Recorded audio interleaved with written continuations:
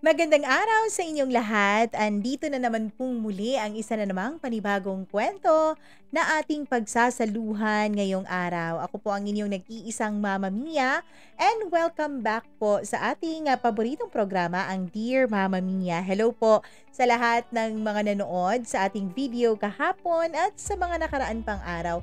Maraming salamat po sa inyong panonood at maraming salamat po sa inyong pagsuporta, pagkomento, pag-share, pag-like, at lalong-lalo na yung pag-subscribe ninyo dito sa ating YouTube channel.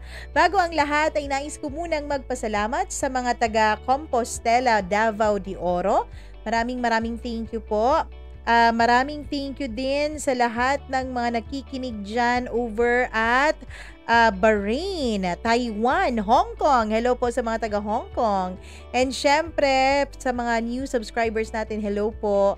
And sa mga taga Dumaguete City, sa mga taga Cebu, sa mga taga Iloilo, pasensya na po. And sa lahat ng mga nakikinig sa atin na daily talaga, Danny Caroldan, maraming thank you po. Sa lahat ng mga taga UK, Marialyn Balais, hello po sa pamilya niya sa Samar. And syempre sa mga taga Oman, hello po sa mga OFWs natin all over the world. Maraming salamat sa mga taga Qatar. Thank you so much sa inyong panonood. And syempre, may nag-comment kanina na hindi ko na nakita na birthday raw ng kuya niya this coming January 28. Subukan ko pong hanapin. Hello po sa mga taga Bahrain. Maraming salamat. And sa lahat ng mga taga Riyadh, Kingdom of Saudi Arabia, sa mga Naga Cebu, Maris, hello po Maris, maraming thank you sa iyo. Kay Belle from Hong Kong, maraming salamat sa iyong panonood. And syempre, meron din ako nakita dito na nagsabi niya yung anak niya na 6 years old na hindi naman daw nakikinig ng mga music o kung ano-ano man ay ginagawang pampatulog po ang boses natin. Ako maraming salamat. Di ko alam kung matutuwa ako na pampatulog pala yung boses ko. Pero natutuwa ako dahil bata yan. And syempre sa lahat ng mga taga Singapore, maraming thank you. Ang dami pong mga taga Singapore na laging nakatambay sa ating YouTube channel. Sa mga taga Cagayan, Santiago City, Isabela, maraming salamat po sa inyong lahat. At sa lahat pa ng mga nagko-comment ngayon sa Doha, Qatar, maraming thank you sa mga nag-aabang. Sa Cagayan de Oro, meron din tayong listener kung saan ang galing si Mama Mia. Hello po sa inyo. Maraming thank you. And sa mga taga Kingdom of Saudi Arabia, maraming salamat po. Sa mga taga Bohol, saan pa ba to? Sa mga taga Gimiri or Himiri City, saan po yan? And ayun, January 18 raw yung birthday ng anak niya. Ayun, anak pala ito. Hello po kay Marites at sa anak niya na magbi-birthday. Parang may kuya po yun. Hello po sa mga taga-Bataan, mga taga-Batanes, and syempre, yung nasa Cainta, hello po, mga taga-Batangas. Maraming salamat po. Zabrina Company, thank you so much for listening. And sa lahat ng mga nakikinig na hindi na natin maisa-isa pa dahil medyo marami tayong mga, marami tayong mga nakikinig at maraming nagko-comment. So, hindi po lahat nabibigyan natin ng pansin. Anyways, yung storya natin ngayong araw na ito ay alam ko na marami ang nakaka-relate, especially mga kababaihan. O, kayo po ba ay nag-beg na po para sa pag-ibig? Nagmakaawa na po ba kayo para kayo ang piliin? Para kayo ang panindigan? Kahit na kayo naman ang lagi niyang sinasaktan? Nako, mabigat sa heart. Anyways, huwag na nating patagalin. Simulan na natin ang inyong paboritong programa, ang Dear Mama Mia.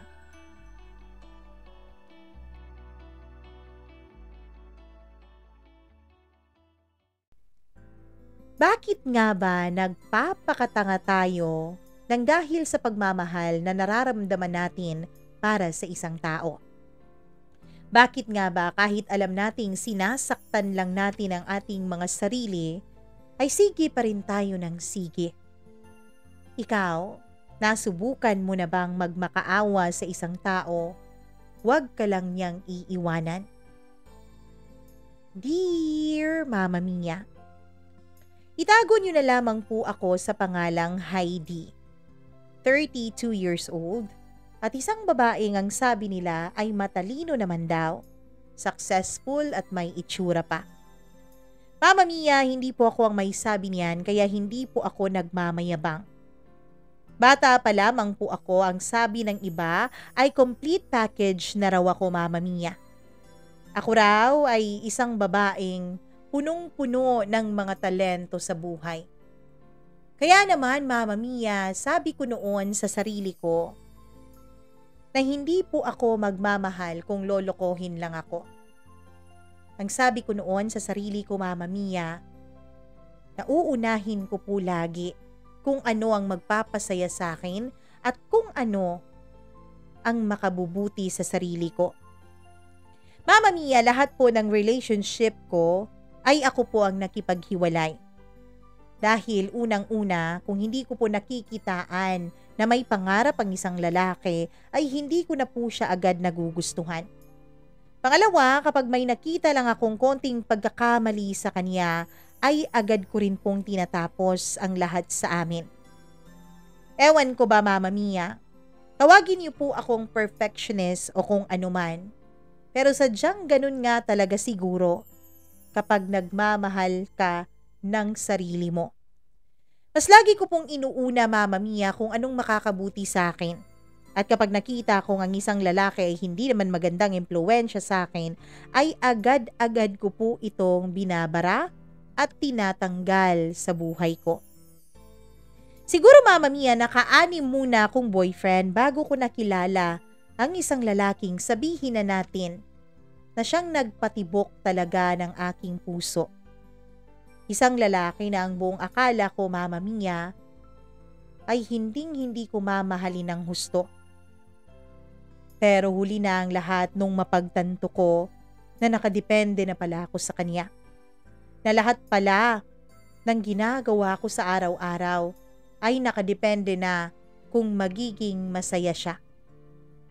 Siguro, Mama Mia, lahat tayo ay may share talaga of broken heart and may share talaga sa pagiging tanga sa pag-ibig. At ito po ang kwento kung papaano ang isang successful raw at matalino rawng babae ay nagpakatanga, nagpakabaliw at nagmakaawa sa isang lalaki. Mama Mia, nakilala ko po si Norman dahil pinakilala siya sa akin ng kanyang kaibigan na katrabaho ko. Isang araw, Mama Mia, ay nagkaroon po ng salo-salo sa aming team at napagkasunduan ng lahat na ituloy yun sa labas upang mag-inuman. Mama Mia, lasing na po ang lahat nung matapos kami sa kasiyahan. Ako ay medyo tipsy na rin. Tinawag ko ang kaibigan kong si Aileen na isa rin sa mga kasamahan ko sa trabaho. May kotse kasi siya, Mama Mia, kaya naisip ko na magpahatid sa kanya. Hindi ko kasi dala ang kotse ko noon kasi nga coding ako. Pero Mama Mia, ang sabi niya ay hindi na raw niya ako kayang ihatid dahil pagod na raw siya at lasing na rin daw siya. Malapit lang kasi ang bahay niya doon sa pinag-inuman namin kaya makakauwi siya agad. Ang sabi niya baka kung mapano pa kami sa daan kapag pipilitin niya na magmaneho ng lasing. Mama Mia, namumroblema na ako noon kasi nga lagpas hating gabi na yon. Pero ang sabi niya wag raw akong mag-alala dahil may tinawagan siyang kaibigan na siyang maghahatid sa akin. Ilang sandali pa ay may lumapit sa kanyang lalaki. Pinakilala niya ito bilang Norman sa akin. Mama Mia, kaibigan niya raw si Norman at ang sabi niya ay ito raw ang maghahatid sa akin pa uwi ng bahay ko. Ayokong sumakay sa kotse ng isang estranghero.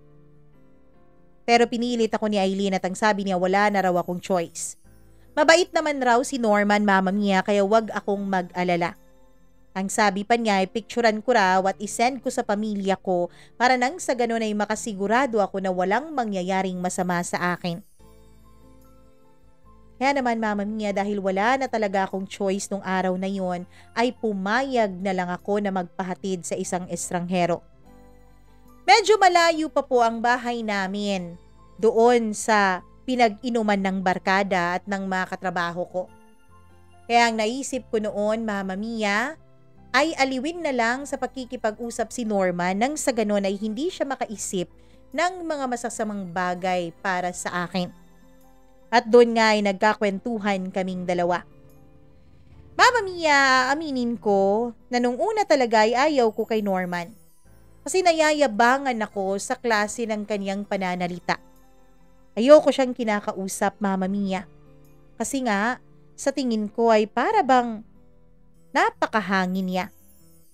Ang sabi niya ay manager na raw siya sa edad niya noon na 25 years old. Ako naman noon, Mama Mia, ay 26 pa lamang. Naiinis ako sa kanya dahil ang buong pag-uusap namin ay puro kayabangan niya.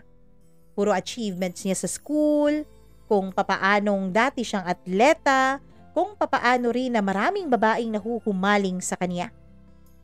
Kung tumawa rin siya, Mama Mia, ay punong-puno ng yabang. Tiniis ko lang talaga yun noon dahil nga wala naman akong choice. Ako ang nakisakay. Ako ang binigyan niya ng pabor, kaya naman kailangan kong makisama sa kanya. Mama Mia, yun na yata ang pinakamahabang 30 minutos ng buhay ko. Ewan ko ba, pero hindi rin siya nagpapalakas noon ng kanyang pag-andar sa kotse. Sabi ko, pwede naman niyang bilisan dahil wala namang gaanong sasakyan kasi nga madaling araw na yon. Pero ang sabi niya, better safe than sorry daw. Kaya naman, hinayaan ko na lang siya, Mama Mia. Hinayaan ko na lang na magsalita siya ng magsalita. Ako naman, ngiti lang ng ngiti pero napipilitan na ako nung mga panahon na yon. Hanggang sa makarating na nga kami sa bahay. Nagpasalamat ako sa kanya, Mama Mia. At ang sabi niya naman ay walang anuman raw. Umalis na siya pero hindi pa rin natanggal ang inis ko sa kanya. Buong magdamag ako noong naiinis, Mama Mia, dahil pakiramdam ko ay napaka-helpless kong babae noon. Nagpahatid ako sa isang taong ayaw ko namang makasama. Kaya naman, Mama Mia, ang ginawa ko na lang ay naghilamos tapos pinilit ang sarili kong matulog. Buti na lang talaga at walang pasok nung araw na yon kasi Sabado na. Lumipas ang ilang araw, Mama Mia, at naging normal muli ang takbo ng buhay ko. Hanggang sa isang text message ang na-receive ko, Mama Mia. Hi Heidi! Si Norman to, hiningi ko kay Aileen yung cellphone number mo. Pagkabasa ko noon, Mama Mia, ay nagalit talaga ako kay Aileen. Bakit basta-basta na lang niya ipinamimigay ang cellphone number ko? Dun pa talaga sa kaibigan niyang mayabang. Hindi ko nireplyan si Norman dahil ayoko naman talaga nakausap siya. Pero makulit siya, Mama Mia. Palagi siyang nagtitext at pinaparing pa niya ang cellphone ko. Kaya naman naiestorbo ang pagtatrabaho ko noon. Kaya napilitan na lang akong sagutin nang tumawag siyang muli. Hi Norman, pwede bang mamaya ka na tumawag? Kasi busy pa ako sa work eh. Sabi ko na pinipigilan ang inis na nararamdaman ko noon. Ay, sorry ah. Akala ko kasi hindi ka naka-work eh. Akala ko naka-break ka. Sige, tawag ako mamaya. Sabi niya. Pero binagdasal ko talaga, Mama Mia, na sana'y wag na siyang tumawag pang muli. Ayoko na siyang kausap. Ayoko na siyang makasama pa. Pero hindi pa nga natatapos ang shift ko, Mama Mia. 2 minuto pa bago mag-alas 5 ay nag-ring na naman ang cellphone ko. At si Norman na naman yun. Nag-aaya siyang lumabas pero nagdahilan ako. Ang sabi ko, marami akong gagawin. Mama Mia, ilang araw din na nangungulit sa akin si Norman pero hindi ko pinapansin. Ayoko talaga sa kanya. Pero isang beses, Mama Mia, ay nagulat na lang ako nung bigla siyang dumating sa opisina namin. Mag-aalas 5 na noon. Nagulat ako nung sabihin ni Aileen na may naghahanap raw sa akin dun sa may lobby. Mama Mia, pagkarating ko sa lobby ay nagulat ako dahil si Norman yun at may dala pang bulaklak at pusturang-pustura pa. Hi Heidi, sabi kasi ni Eileen, single ka naman daw at wala ka namang boyfriend. Single din ako at wala rin akong girlfriend. Pwede ba na manligaw ako sa'yo? Dire-diretso niyang sabi na walang kapreno-preno. Kaya naman ako rin Mama Mia ay nagulat sa kaniyang kapreskuhan noon. Hindi ko na napigilan pa ang sarili ko at sinabi ko na hindi naman ako naghahanap ng boyfriend. Ayoko siyang maging boyfriend at ang gusto ko ay umalis na siya dahil may lakad pa ako. Ang buong akala ko noon Mama Mia ay umalis na siya nung iniwan ko na siya doon sa may lobby ng opisina namin. Pero pagkaalis ko ng 6:00 ng gabi ay nandun pa pala siya. Sunod siya ng sunod sa akin hanggang sa nakiusap na si Eileen sa akin Mama Mia na pagbigyan ko na raw dahil hindi naman raw masamang tao si Norman. Mabait naman daw ito. Kaya naman para sa kaibigan ko ay pinagbigyan ko si Norman Mama Mia. Kinausap ko siya ng maayos at pinagbigyan ko siya sa isang date na hinihingi niya. Dinala niya ako sa isang restaurant na hindi po masyadong sosyal pero hindi rin masyadong barat. Mama Mia, hindi ko akalain na mag-e-enjoy pala ako nung gabing yun. Nag-enjoy akong kasama si Norman. Marami siyang baong kwento. This time, hindi na po kayabangan ng mga kwento niya.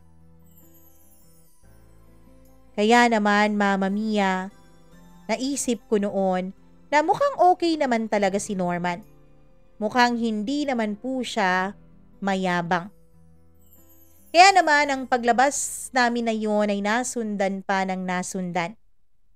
Hanggang sa isang araw, Mama Mia, ay sinabi na niya na gusto niya akong maging girlfriend. Sinagot ko naman siya dahil ang sabi nga niya ay manager na siya, hindi ba? Gusto ko kasi talaga sa mga lalaki yung may mga pangarap sa buhay. Yung may mga direksyong tinatahak ang kanilang buhay. Mama Mia, nung naging kami ni Norman ay hindi naman ako nagsisi dahil mabait naman talaga siya. Maalalahanin na boyfriend at sweet po talaga. Kaya naman minahal ko na rin siya ng husto. Meron naman kaming mga pinag-aawayan, mga petty na bagay lang. Pa-cute-cute na selos at kung ano-ano pa. Pero lahat naman ay napapatch up namin kaagad, kaya naman naisip ko noon Mama Mia na siguro nga ay si Norman na talaga ang itinilaga ng Diyos para sa akin. Napaka maintindihin niya sa akin Mama Mia. Kahit na mainitin talaga ang ulo ko at hindi ko gusto na may mga bagay na hindi nasusunod sa mga plano ko. Pero si Norman po ay napaka-patient sa akin. Binibigay niya lahat ng pasensya niya para intindihin ako Mama Mia. Mama Mia, si Norman rin ang klase ng boyfriend na may mga pa-surprise paminsan-minsan. Napaka-maalalahanin niya, napaka-thoughtful. Sweet po siya hindi lang sa akin kundi maging sa pamilya ko at sa mga kaibigan ko. In short, Mama Mia, ay sweet talagang tao itong si Norman. Kaya naman madali rin siyang nakapalagayan ng loob ng aking pamilya at ng aking mga kaibigan. Minahal ko na ng husto si Norman, Mama Mia, lalo na nung mag-celebrate kami ng aming 5th anniversary. Mama Mia, nung 5th anniversary namin, ay naghanda talaga siya ng bongga. Inimbitahan niya lahat ng mga kaibigan ko at mga katrabaho ko. Pati na rin ang buong pamilya namin. Masayang-masaya ako nung araw na yun, Mama Mia. Walang paglagyan ng kasiyahan na naramdaman ko sa loob ng dibdib ko. Mahal na mahal talaga ako ni Norman. Pero Mama Mia, hindi ko akalain na ang kasiyahan pala na yun ay hindi rin pala magtatagal. Isang araw, Mama Mia, ay may bigla na lang tumawag sa cellphone ko. Isang number yun na hindi ko kilala. Pagkasagot ko ay isang babae ang nasa kabilang linya. Hi, eto ba si Heidi? Sabi niya. Oo, ako nga, bakit? Heidi na girlfriend ni Norman? Tanong niya ulit. Oo nga, sabi. Sino ka ba, miss, at bakit ka nagtatanong kung sino ako, kung si Heidi ba ako? Mama Mia, doon ay bumuntong hininga ng malalim yung babae. Pero hindi po siya sumasagot sa tanong ko. Puputulin ko na sana ang tawag nung sabihin niya sa akin na isa po siya sa mga babaeng nakaka-hook up ni Norman. Pumantig talaga ang tenga ko noon, Mama Mia. Hook up? May nakaka-hook up na mga babae ang boyfriend ko? Hindi naman siya ganun. At isa pa, Mama Mia, hindi ko naman ipinagkakait kay Norman ang bagay na yon. Ibinibigay ko naman sa kanya ang sarili ko, kaya wala talagang dahilan para magloko siya sa akin. Walang dahilan para makikipag-hook up siya sa ibang babae. Sabi ko, Mama Mia, wag niya akong pagtripan at busy ako sa trabaho. Yun lang at pinatay ko na ang tawag. Mama Mia, nung maisip ko yun ay para ba akong hindi mapakali. Oo nga, at sinabi ko sa sarili ko na dapat ay hindi ako basta-bastang naniniwala sa sabi-sabi ng iba. Lalo pat hindi ko naman kilala yung babaeng yon. Sabi ko noon sa sarili ko, Mama Mia, si Norman lang ang paniniwalaan ko. Pero buong araw noon ay hindi talaga naalis ang sinabi ng babae. Nandun yun sa isipan ko, Mama Mia. Hanggang sa magkita na kaming dalawa ni Norman, hindi ko napigilan na itanong sa kanya kung may nakaka-hook up ba siya. Casual naman siyang sumagot, ang sabi niya wala. Ako lang daw ang babae sa buhay niya. Pero Mama Mia, habang kumakain kaming dalawa noon, ay may na-receive akong chat. Hindi pa kasi uso noon, Mama Mia, yung message request. Kaya lahat ng nagchat-chat sa iyo ay nakikita mo agad. Pagkakita ko noon, Mama Mia, ay gulat na gulat ako. Si Norman at isang babae na nasa isang kama. Tulog si Norman, Mama Mia. Walang pang itaas na suot at yung babae rin ay parang wala ring suot sa ilalim ng kumot. Nag-selfie yung babae. O ngayon, hindi ka pa ba naniniwala na isa ako sa mga ka-hook up ng boyfriend mo? Sabi nung chat. Sa galit ko, Mama Mia, ay sinampal ko si Norman at pinakita ko agad yung chat. Nung makita niya yun ay para siyang biglang namutla. Mama Mia, bigla-bigla ay sinabi niya sa akin na wala lang daw yun. One night stand lang daw yun at hindi niya alam na pinicturan pala siya nung babae. Nagalit talaga ako sa kanya, Mama Mia. Ibig sabihin pala pag hindi siya pinicturan ay habang buhay akong magiging tanga sa kanya. Grabe ang naging away namin noon sa loob ng restaurant na yun. Mama Mia, hindi na po ako nagkaroon ng hiya sa ibang mga tao at inaway ko na talaga si Norman. Unang beses ko po yun na maka-experience na lokohin ng isang lalaki. Kaya naman, galit na galit talaga ako. Mama Mia, hindi ko lubos maisip na magagawa sa akin yun ni Norman. Nag-walk out ako sa date namin at umuwi na ng bahay. Sumunod naman si Norman at ang sabi niya ay mag-e-explain raw siya. Pero hindi ko siya pinakinggan. Nagulat pa ang buong pamilya ko, Mama Mia, dahil first time na nakita nila na ganun ang away naming dalawa ni Norman. Noong una kasi ay pa-cute-cute lang po ang mga away namin. Pero ngayon ay nakita nilang galit na galit ako at umiiyak. Tinanong ako ng mga magulang ko kung anong nangyari pero hindi ko sila sinagot at dumiretso na ako sa loob ng kwarto ko. Doon ko ibinuhos lahat ng luha at lahat ng bigat na nararamdaman ko, Mama Mia. Kinabukasan ay pumunta si Norman sa opisina namin. Sabi ko sa kanya ay maghiwalay na muna kami. Ayoko talaga ng pakiramdam na yun, Mama Mia. Niloko niya ako. Pinagmukha niya akong tanga. Kaya naman sinabi ko sa sarili ko na hinding-hindi na yun mauulit pa. Right there and then ay pinutol ko agad ang relasyon namin ni Norman. Mama Mia, ilang beses pang nagmakaawa sa akin si Norman. Pumupunta ng bahay, ginagamit pa ang mga kapatid ko at ang pamilya ko, pati na rin ang mga kaibigan ko. Wala kasi akong ibang pinagsabihan sa ginawa niya sa akin, Mama Mia. Kaya ang buong akala ng lahat ay siya yung mabait. Ang buong akala ng lahat ay ako yung nagloko o ako yung may problema. Hinayaan ko na lang sila sa iisipin nilang lahat. Hinayaan ko silang pag-isipan ako ng masama. Hanggang sa siguro, Mama Mia, ay lumipas ang halos isang buwan ay hindi pa rin ako napapaamo ni Norman. Siguro naisip niya na wala na talagang tsansa pa na magkaayos kaming dalawa. Kaya tumigil na rin siya sa wakas sa kanyang pangungulit sa akin. At nung tumigil na si Norman, Mama Mia, ay nakahinga po ako ng maluwag. Pero aaminin ko po sa inyo, namimiss ko po si Norman. 5 taon ng buhay ko, Mama Mia, ay kasama ko siya. In fact, ay halos magka-live-in na nga kaming dalawa dahil minsan ay sa amin siya natutulog at minsan naman ay ako ang natutulog sa kanyang apartment.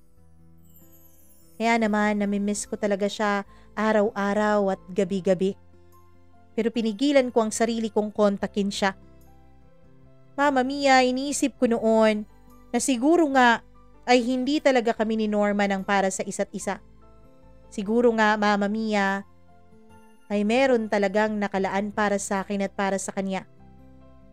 Pero kahit anong isip ko noon ay hindi pa rin mawala sa aking puso ang pagmamahal ko sa kanya, Mama Mia. Siya pa rin talaga ang tinitibok ng puso ko. Ganun nga siguro talaga kapag nagmahal ka ng husto. Lahat kaya mong gawan ng excuse. Naisip ko noon, Mama Mia, na siguro nga nagawa yun ni Norman ay dahil hindi naman palagi na napagbibigyan ko siya sa kanyang hiling sa akin sa kama. Dominante din kasi akong babae. Kaya naman may mga bagay na gusto ko na ako ang nasusunod. At isa na nga roon, Mama Mia, ay ang schedule naming dalawa kung kailan kami magsisex ni Norman. Kaya yun siguro talaga ang naging insecurity niya kaya nagawa niya akong lokohin. Matagal-tagal po bago ako naging okay. Matagal-tagal bago ko natanggap na siguro nga ay hindi kami talaga ni Norman para sa isa't isa. Hanggang sa isang araw, Mama Mia, ay naisip ko na lang na hindi pwede na palagi akong manatili sa aking nakaraan. Naisip ko na siguro oras na para mag-move on ako. Nag-focus ako muli sa trabaho ko hanggang sa sunod-sunod ang naging promotion ko, Mama Mia. Masaya ako sa buhay ko noon kahit na sa loob-loob ko ay parang may kulang. May kulang kasi nga nararamdaman ko pa rin ang matindi kong pagmamahal para kay Norman. Pero pilit ko yung winawaglit sa isip ko. Hanggang sa mabilis na lumipas ang 2 taon. At nung magdadalawang taon na, Mama Mia, sa isang katawa-tawang pangyayari ay nagkita kami ulit ni Norman. Nasa CR ako noon ng isang mall dahil biglang sumakit ang tiyan ko. Nung pagkalabas ko, Mama Mia, ay bigla akong may nabangga na lalaki. Nagmamadali rin siyang pumasok sa CR. Pag-angat ko ng aking paningin ay nagulat ako dahil si Norman yon. Maging siya ay nagulat sa muli naming pagkikita. Maging siya, Mama Mia, ay hindi inakala na magkikita kami sa loob ng mall na yon. Hindi ko alam pero bigla akong natakot nung makita ko siya. Bigla ay binilisan ko ang paglalakad ko at umalis na sa lugar na yon. Ang buong akala ko ay yun na ang una at huling beses na magkikita kami ni Norman. Pero sadya nga talaga sigurong mapaglaro at mapagbiro ang tadhana. Isang araw habang namamalengke ako kasama ng nanay ko ay bigla na lang siyang lumapit sa amin. Nagmano pa siya sa nanay ko, Mama Mia, at kinamusta naman siya ng nanay ko na tuwang-tuwa nung muling makita niya si Norman.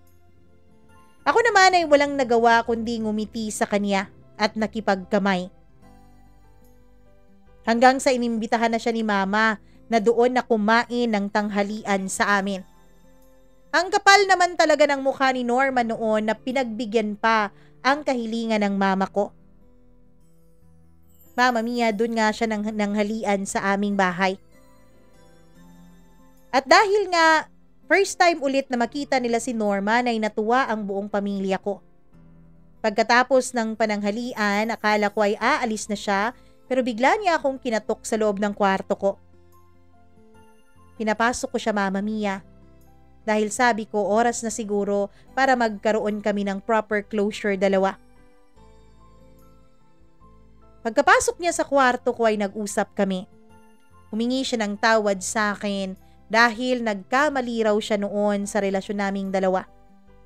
Ang sabi ko ay ayos lang yun. Ang sabi ko ay naka-move on na rin naman ako. Buti ka pa, naka-move on ka na sa akin. Ako kasi hindi pa. Pagkasabi niyang yun ay parang may napukaw siya sa loob ng damdamin ko. Mama Mia, bigla nung paglingon ko kay Norman ay teary-eyed na siya. Ang sabi niya ay sising-sisiraw talaga siya sa mga nagawa niya sa akin dati. Ang sabi niya ay kung pwede raw niyang maibalik ang panahon ay gagawin niya ang lahat. Maibalik lang daw sa dati ang aming relasyon. Mama Mia, doon ay hindi ko napigilan ang sarili ko. Hinaplos ko ang mukha ni Norman. At ang ginawa kong yun ay maling-mali talaga dahil tinanggap yun ni Norman bilang sign na okay na kaming dalawa. Bigla niya akong hinalikan sa aking mga labi. At dahil miss ko na siya nung mga panahon na yun, Mama Mia, ay tumugon rin ako sa mga halik niya. Naghalikan kaming dalawa hanggang sa may nangyari na nga sa amin sa loob mismo ng kwarto ko. At pagkatapos ng pangyayaring yun ay para bang bumalik kaming dalawa sa normal. Parang bumalik ang lahat sa amin. Yung mga nakaraan namin, yung damdamin namin para sa isa't isa. Mama Mia, muli po kaming nagkaayos ni Norman. Oo, alam ko. Naging mababaw ako nung mga panahon na yun. Pero nakita ko naman talaga sa mukha ni Norman na sadyang nagsisisi siya sa nagawa niyang kasalanan sa akin. Nakita ko rin, Mama Mia, na mahal pa niya ako. Kaya naman pinagbigyan ko siya. Naging kami ulit. Masayang-masaya ang pamilya ko nung naging kami ulit ni Norman. Hanggang sa mga panahon kasi na yun, Mama Mia, ay hindi nila nalaman ang tunay na dahilan kung bakit kami nagkahiwalay noon. Mama Mia, naging maayos naman ang relasyon namin ni Norman. Masaya kami. Nakita ko naman na siya pa rin yung Norman na dati kong minahal. Siya pa rin yung Norman na mahal ako. Kaya naman naging maayos ulit kami. Pero ang hindi ko alam ay meron na naman palang panibagong pagsubok na haharapin ang aming relasyon. Isang araw, Mama Mia, sinabi sa akin ni Norman na magbabakasyon raw muna ang pamilya nila sa kanilang probinsya. Sabi ko ay pwede naman akong sumama. Pero ang sabi niya, Mama Mia, ay hindi pa raw alam ng pamilya niya na naging kami ulit. Doon muna daw niya sasabihin sa kanilang bakasyon. Kaya naman hindi na ako nag-usisa pa. Kahit ang totoo, habang iniisip ko ito ngayon, ay para bang katakataka kung bakit hindi niya ako sinama.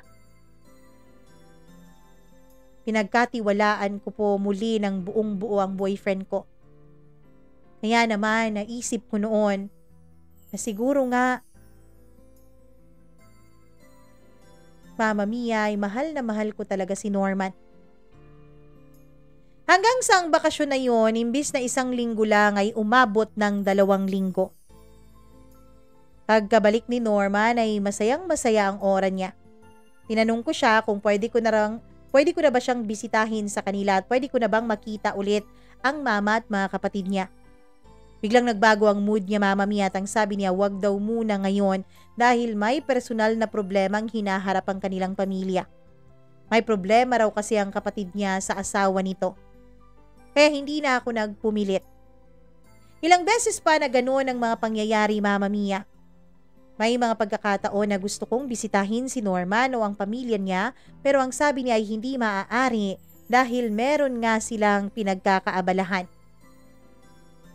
Hanggang sa isang araw ay hindi ko na natiis at inistalk ko na si Norman sa social media accounts niya. Wala namang bago doon. Wala namang kakaiba. Pero hindi talaga ako mapakali noon, Mama Mia. Para bang may nagsasabi sa akin at may bumubulong sa akin na may ginagawang kababalaghan ng boyfriend ko. Hanggang sa sinearch ko ang buong pangalan niya sa Facebook. Hindi yung account niya mismo, kundi yung mga nakapost na may pangalan niya. Mama Mia, gulat na gulat talaga ako nung makita ko ang mga nakatag post sa kanya. Larawan ng isang kasal. 2 linggo pa lang ang nakakaraan nang maipost ang mga larawan na yun. Mama Mia, kasal ni Norman ang mga larawan na yun. May larawan pa na naghalikan silang dalawa nung isang babae na hindi ko kilala sa harap ng isang pare. Kaya alam ko na siya ang ikinasal at hindi lang siya basta bisita o abay sa kasal na yun. Gulat na gulat talaga ako, Mama Mia, at hindi ako makapaniwala sa nakita ko. Nanginginig ang mga kamay ko noon. Nanginginig ang buo kong katawan. Hindi ko alam kung papaano ko nagawang i-dial ang cellphone number ni Norman. Pero hindi niya ako sinasagot. Mama Mia, ilang dial pa ay wala pa ring Norman na sumagot sa mga tawag ko. Tinext ko siya at chinat na gusto kong magkipagkita dahil may itatanong ako sa kanya pero hindi niya ako sinasagot. Hindi ko alam kung anong nangyayari. Pakiramdam ko noon ay parang panaginip ang lahat. Pakiramdam ko noon, Mama Mia, ay para bang pinaglalaruan ako ng tadhana. Iyak ako ng iyak noon. Hindi ko alam kung papaano nagawa ni Norman sa akin yun. Mama Mia, habang umiiyak ako ay doon ako nahimasmasan. Kung aawayin ko si Norman, malamang sa malamang, Mama Mia, ay iiwanan niya ako. Malamang sa malamang ay mas paninindigan niya yung babae dahil kasal silang dalawa. Nakita ko rin naman sa mga post na yun na masaya si Norman sa kasal nila. Nakita ko rin naman, Mama Mia, na hindi peke ang kasiyahan na yun. Kaya doon ay natakot ako bigla. Paano nga kaya kung mas pipiliin ni Norman ang babaeng yun kaysa sa akin? Paano nga kaya, Mama Mia, kung iiwanan na niya ako ng tuluyan para sa babaeng yun? Para sa babaeng bago pa lang niyang nakasama. Para sa babaeng kanyang pinakasalan. Kaya nag-isip ako noon, Mama Mia, hindi ko sasabihin kay Norman na alam ko na ang katotohanan. Alam kong mali. Alam kong katangahan. Pero naiisip ko pa lang na mawawala sa akin si Norman ay parang hindi ko na kinakaya. Kaya nagpanggap akong walang alam. Kinabukasan ay tumawag si Norman sa akin at ang sabi niya ay masyado raw siyang naging busy sa trabaho. Kaya hindi niya nasagot ang mga tawag ko. Kahit gustong-gusto ko na siyang sumbatan at gustong-gusto ko nang magalit ay hindi ko ginawa dahil ayokong mawala siya ng tuluyan sa akin. Nagpanggap akong okay lang ang lahat. Nagpanggap akong hindi ako nasasaktan. Nagpakatanga ako dahil sa sobra kong pagmamahal. Mama Mia, lumipas pa ang ilang mga araw, linggo at buwan na hindi pa rin nalalaman ni Norman ang katotohanan. Hanggang sa isang solusyon ang naisip ko. Magpapabuntis ako kay Norman para masigurado ko na hinding-hindi na niya ako iiwanan. Yun nga ang nangyari, Mama Mia. Nag-take ako ng kung ano-anong mga supplements para lang mas mabilis akong mabuntis. At nung nabuntis na nga ako, Mama Mia, ay masayang-masaya akong ibinalita yun kay Norman. Pero hindi naman siya nasiyahan sa balita ko. Nakita kong natakot siya sa balita kong yun, Mama Mia. Pero hindi ko tinanong kung bakit siya natakot dahil alam ko naman sa kaloob-looban ko kung bakit. Sinabi ko lang sa kanya na masayang-masaya ako dahil nagbunga na ang pagmamahala namin. Pero ang sabi niya, Mama Mia, ay hindi pa raw ito ang oras para sa pagmamahala naming dalawa. Ang sabi niya, kailangan ko raw na ipalaglag muna ang bata. Pero hindi ako pumayag. Hanggang sa isiniwalat na niya sa akin ang katotohanan na matagal ko nang alam. Heidi, hindi ka pwedeng mabuntis. Baka makulong tayo. Baka makulong ako. Sabi niya. Hindi ako umimik noon. Ayoko sanang sabihin niya sa akin ang mga susunod niyang aaminin pero wala na akong nagawa nung bigla niyang sinabing, I'm sorry, Heidi. Pero kasal na kasi ako. Ilang buwan na ang nakakaraan. Bago kita makitang muli ay nakatakda ng aming kasal. Bago kita makitang muli ay nakapangako na ako sa kanya. Kaya please, ipalaglag mo ang batang yan para hindi ako makulong. Pagkasabi niyang yun, Mama Mia, ay umiyak ako ng umiyak. Ang sabi ko ay matagal ko nang alam ang tungkol sa sekreto niya. Na matagal ko nang alam na meron siyang asawa. Na hindi ako ang pinili niyang pakasalan. Doon ay mas nagalit siya sa akin. Kung alam ko na pala ay bakit pa ako nagpabuntis sa kanya. Kung alam ko na pala dapat pinotektahan ko na ang relasyon naming dalawa. Iyak lang ako ng iyak noon, Mama Mia. Nawala ang Heidi na matapang. Nawala ang Heidi matalino.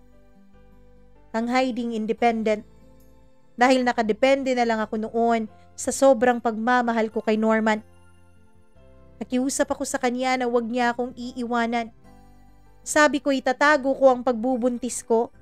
Sabi ko aalis muna ako. At walang makakaalam na buntis ako. Palalabasin ko na anak ng kaibigan ko ang bata. At ako ang aampun dito. Mama Mia, ang sabi niya ay hindi pwede. Dahil magtataka raw talaga ang mga tao. Ang sabi niya, Mama Mia, kailangan na naming maghiwalay dalawa. Pero hindi ko kinakaya yun. Kaya naman, lumuhod ako sa harapan niya para wag niya akong iwanan. Lumuhod akong nagmamakaawa na this time sana ay piliin naman niya ako. Piliin naman niya kami ng magiging anak namin. Pero hindi po yun nangyari, Mama Mia. Tuluyan nga po akong iniwan ni Norman. Iniwan niya ako sa ere. Pinagmukha niya akong tanga.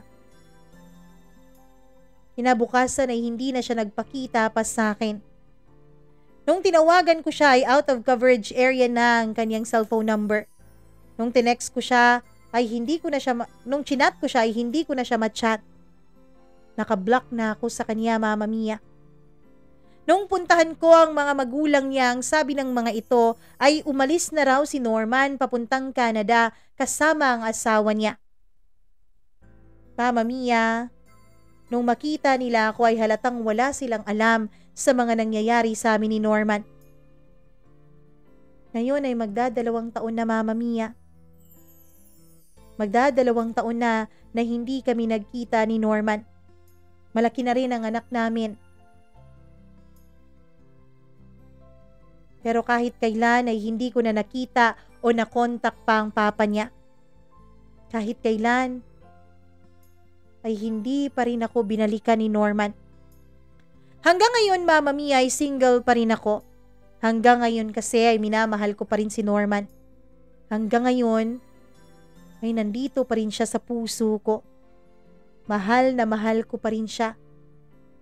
Pero wala na akong magagawa pa, Mama Mia. dahil hindi ako ang pinili niya. Siguro Mama Mia, lahat tayo ay nagkaroon na ng karanasan kung papaano ang magmakaawa at magpakatanga dahil sa sobrang pagmamahal. Kung tatanungin niyo ako kung pinagsisisihan ko ba ang mga ginawa ko, hindi po. Hindi ako nagsisisi. Dahil kung hindi ko nagawa yun ay wala akong anak ngayon. Wala akong anak sa lalaking pinakamamahal ko.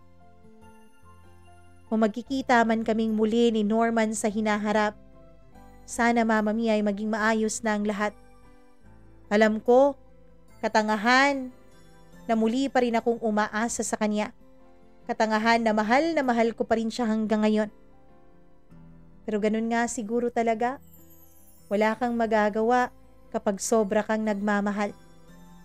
Hanggang dito na lamang po. Lubos na gumagalang, Heidi.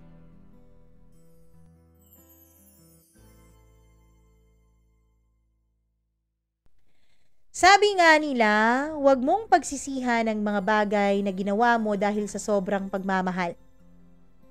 Pwede naman yun. Pero kasi para sa akin, bilang isang legal na asawa, kapag alam mo na may asawa na, matuto ka namang dumistansya. Huwag mong sasabihin na lalaki yung lapit ng lapit. Huwag mong sasabihin na lalaki yung namimilit. Dahil kapag isa kang babaeng tunay na may delikadesa, ikaw na mismo ang aalis. Ikaw na mismo ang iiwas. Dahil ganun po ang babaeng anak ng Diyos. Sa mga babaeng naglalaro ngayon ng apoy, sa mga babaeng umiibig, sa mga may asawa na, sana ay isipin ninyo ang sakit na naidudulot ninyo sa legal na asawa. Sana, huwag dumating ang panahon na kayo naman ang makaranas ng sakit na yon. Totoo po kasi ang karma. At naniniwala po ako na lahat ng kasalanan dito sa mundo ay hindi pwedeng hindi napaparusahan. Naniniwala ako na darating at darating ang araw na lahat ng ginawa mo ay babalik at babalik pa rin sa'yo.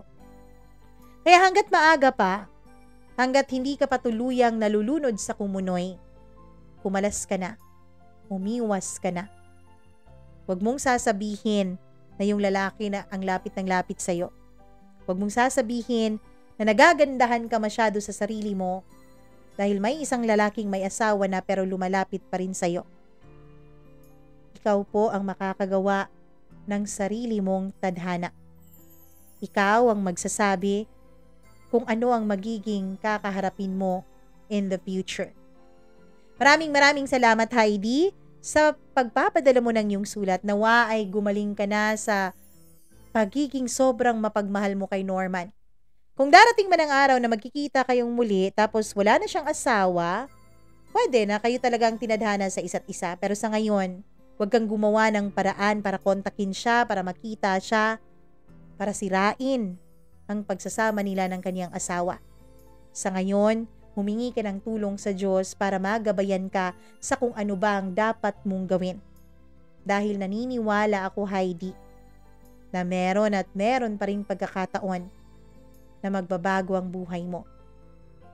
Sa mga nanonood ngayon, maraming salamat po sa pagbibigay nyo ng oras para panoorin, pakinggan ang kwentong ito ng buhay ni Heidi.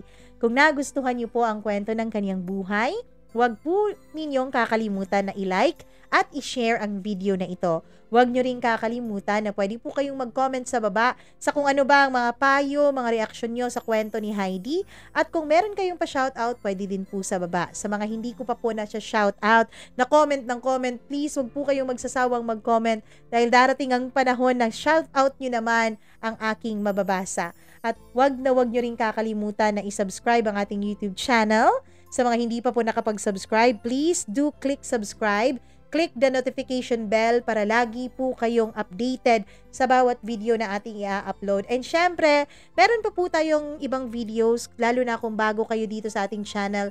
Marami na po tayong na-upload. Please po, pag may panahon kayo, pakinggan nyo naman at tingnan nyo naman ang iba pa nating uploads. Or meron tayong mga link dito somewhere sa ating ito, sa ating screen. Please click po. And syempre sa lahat ng mga may sariling kwento ng kanilang buhay, pwede rin po kayong mag-share ng inyong mga kwento. Mag-email lamang po kayo sa mamamiacdo0317@gmail.com. Huwag po kayong mag-alala dahil hindi ko po isisiwalat ang tunay niyong pagkatao kung ire-request niyo po. Pero kung ire-request niyo na sabihin ko ang tunay niyong pangalan, ang inyong mga accounts, pwede rin po. Hindi naman po ako madamot. Anyways, maraming salamat at sana patuloy po tayong magdasal lahat. Pagdasal niyo po ang inyong Mama Mia. Pagdasal niyo po na maging maayos ang lahat sa ating mga buhay. Ako pong muli ang nag-iisa ninyong Mama Mia dito lamang sa paborito ninyong programa, ang Dear Mama Mia. Magandang araw sa inyong lahat.